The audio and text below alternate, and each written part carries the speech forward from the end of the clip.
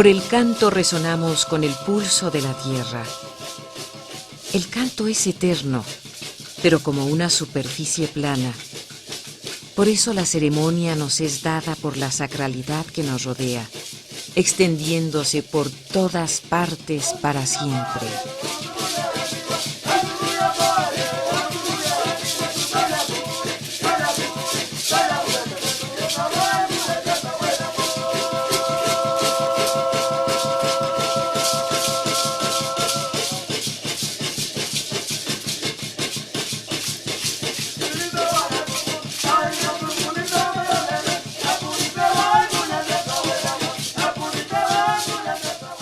El lenguaje, los mitos, las leyendas, los cantos, las ceremonias, el arte, son en un momento dado manifestaciones de la conciencia tribal e instrumentos de la creatividad.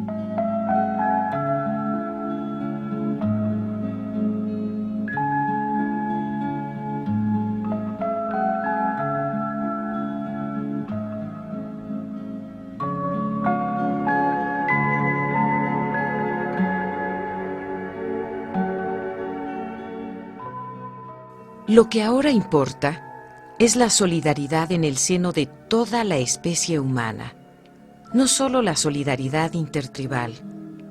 No podemos proteger las tradiciones acurrucándonos mezquinamente, aislados en nuestra indianidad. Las tradiciones son los medios para lograr una unión con la tierra, y no podemos abandonarlas ahora.